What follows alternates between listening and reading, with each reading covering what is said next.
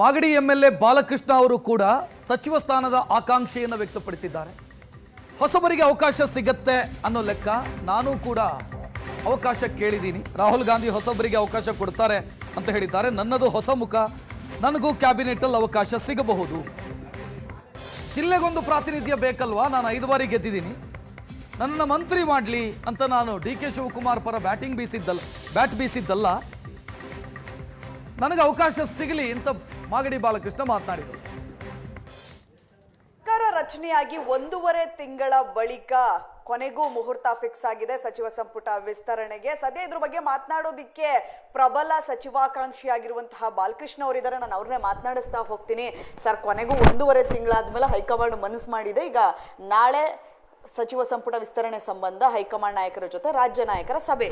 1.5 ತಿಂಗಳು ಅಂತಂದರೆ ನಮ್ಮ ರಾಷ್ಟ್ರೀಯ ನಾಯಕರಾದಂಥ ರಾಹುಲ್ ಗಾಂಧಿಯವರು, ರಾಷ್ಟ್ರೀಯ ವಿರೋಧ ಪಕ್ಷದ ನಾಯಕರು, ಅವರು ಇರಲಿಲ್ಲ.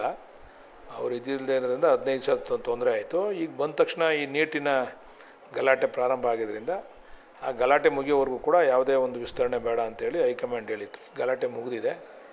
ಈಗ ನಮ್ಮ ಮುಖ್ಯಮಂತ್ರಿಗಳು, ನಮ್ಮ ನಾಯಕರಾದಂಥ ಸಿದ್ದರಾಮಯ್ಯನವರು, ನಮ್ಮ ಅಧ್ಯಕ್ಷರಾದಂಥ ಹರಿಪ್ರಸಾದ್ ಅವರು, ಮಲ್ಲಿಕಾರ್ಜುನ್ ಖರ್ಗೆ ಸಾಹೇಬರು ಎಲ್ಲರೂ ಕೂಡ ಹೋಗಿದ್ದಾರೆ ಡೆಲ್ಲಿಗೆ. ಬಹುಶಃ ಈ ವಾರದಲ್ಲಿ ತೀರ್ಮಾನ ಆಗ್ತದೆ, ಮುಂದಿನ ವಾರದಲ್ಲಿ ತೀರ್ಮಾನ ಆಗ್ತದೆ. ಸರ್, ನೀವು ಕೂಡ ಪ್ರಬಲ ಆಕಾಂಕ್ಷಿ. ಈ ಬಾರಿ ಹೊಸ ಮುಖಗಳಿಗೆ ಅವಕಾಶ ಮಾಡಿಕೊಡ್ಬೇಕು ಅಂತ ಹೇಳಿ ರಾಹುಲ್ ಗಾಂಧಿ ಅವರು ಹೇಳಿದ್ದಾರೆ ಅನ್ನುವಂಥದ್ದು ಚರ್ಚೆ ಆಗ್ತಾ ಇದೆ. ನಿಮಗೆ ಈ ಬಾರಿಯ ಸಚಿವ ಸಂಪುಟದಲ್ಲಿ ಸ್ಥಾನ ಸಿಗುತ್ತಾ? ನಾನು ಹೊಸ ಮುಖ ಅಲ್ವಾ, ನನಗೂ ಸಿಗ್ಬೋದು.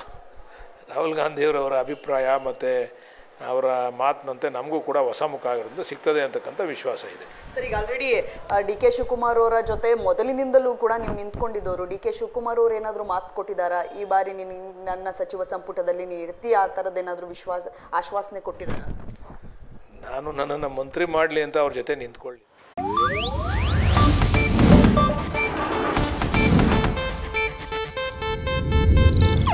ಇದು ಏಷ್ಯಾನೆಟ್ ನ್ಯೂಸ್ ನೆಟ್ವರ್ಕ್ ಪ್ರಸ್ತುತಿ.